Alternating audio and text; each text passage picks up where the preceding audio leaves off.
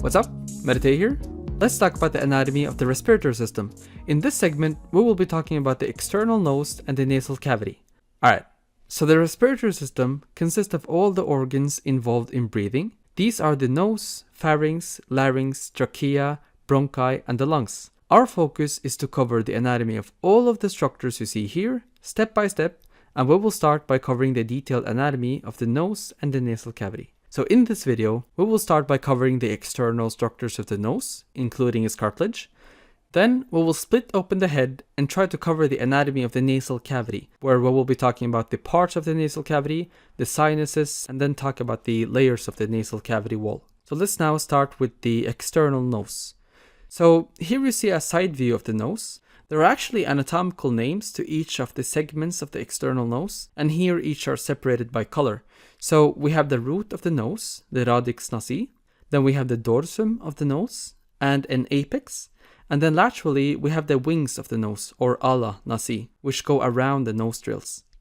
Now, if we would remove the skin and the muscle layers, we will see the cartilage and bone. The nose is actually built up of bone, cartilage, and fat.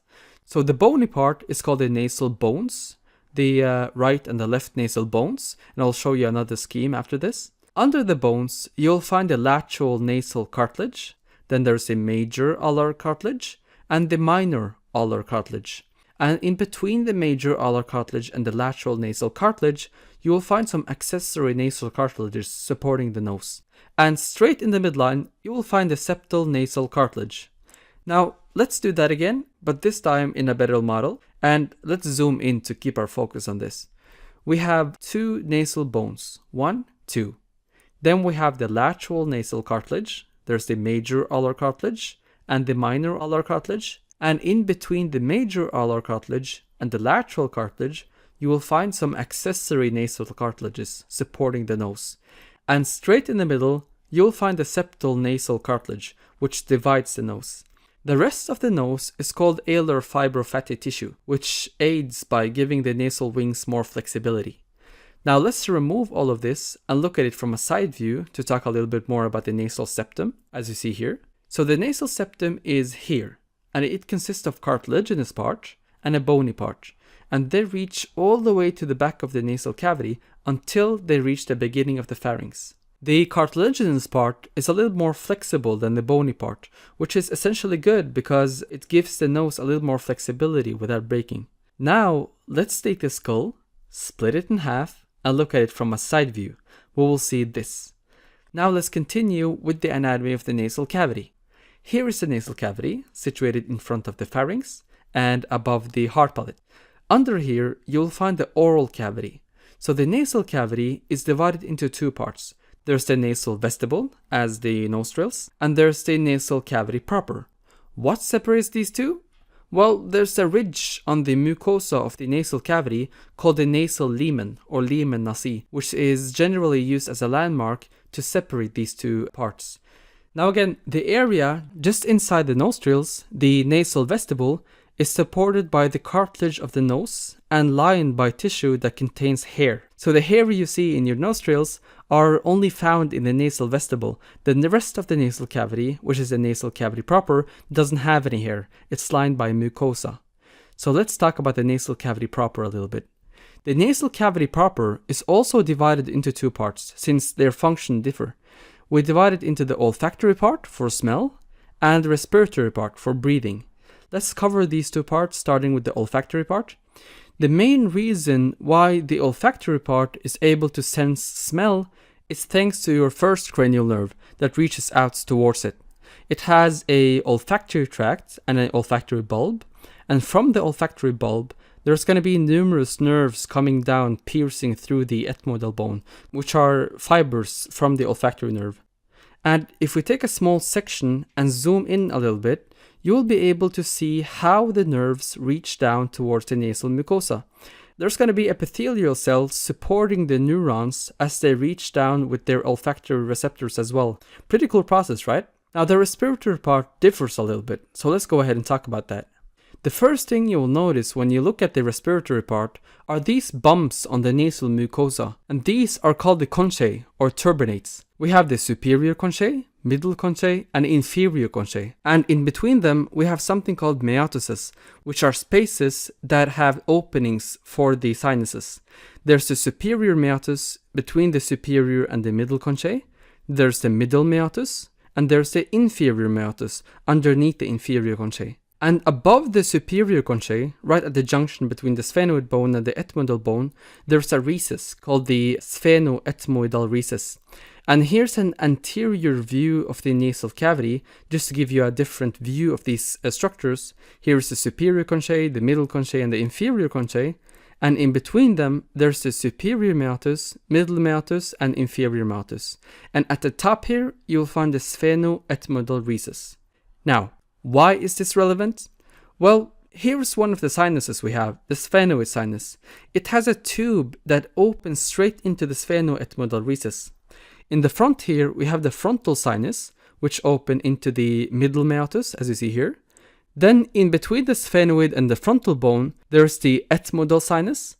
The ethmoidal bone is a little different in that this sinus has numerous walls within the sinus, making air compartments called the ethmoidal air cells.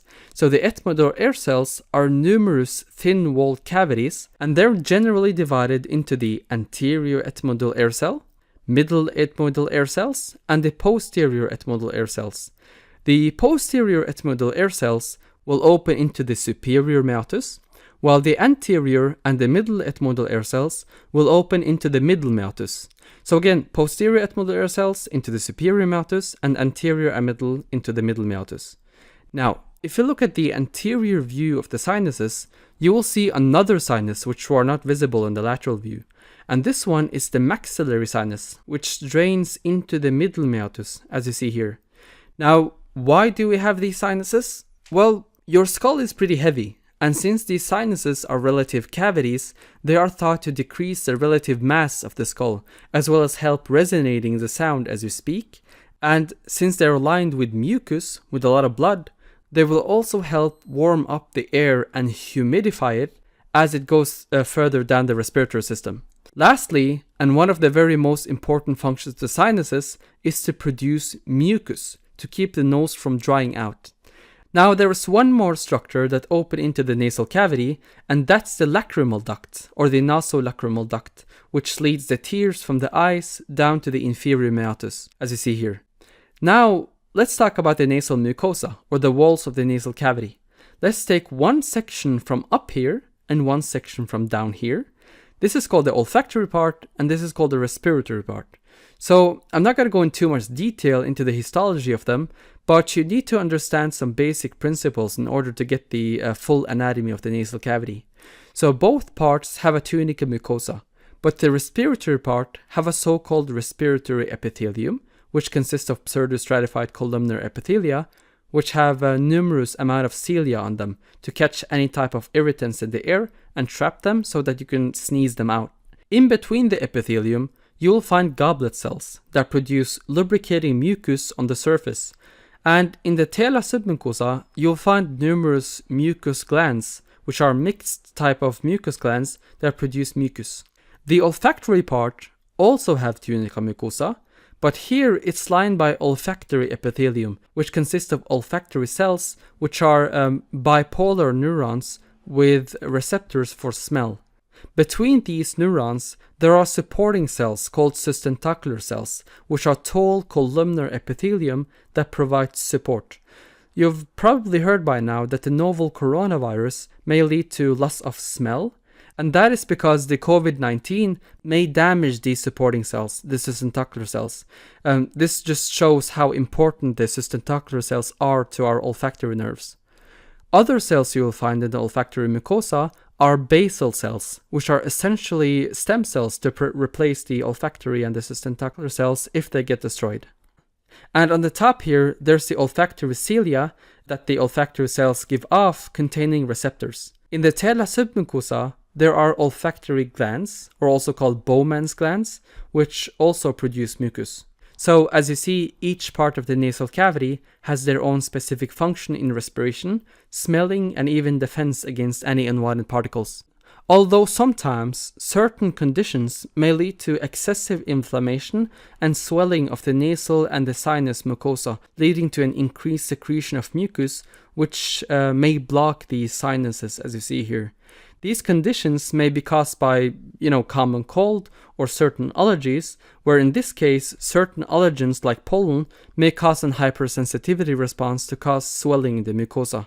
Another causes could be nasal polyps, which may block the outflow of the mucus from the sinuses, leading to an inflammation and sinusitis. Or even other less common conditions like a deviated septum, meaning the septum of the nose is a little deviated, leading to an increased chance of blocking the sinuses. There are of course many other reasons for this, but this gives you a little bit of understanding in regards to why it's so important to know the meiotises and where they open up to. So that was everything I had regarding the nasal anatomy. If you found this video helpful, please put a like, share, comment, whatever you find convenient to you. The next video will be about the anatomy of the larynx.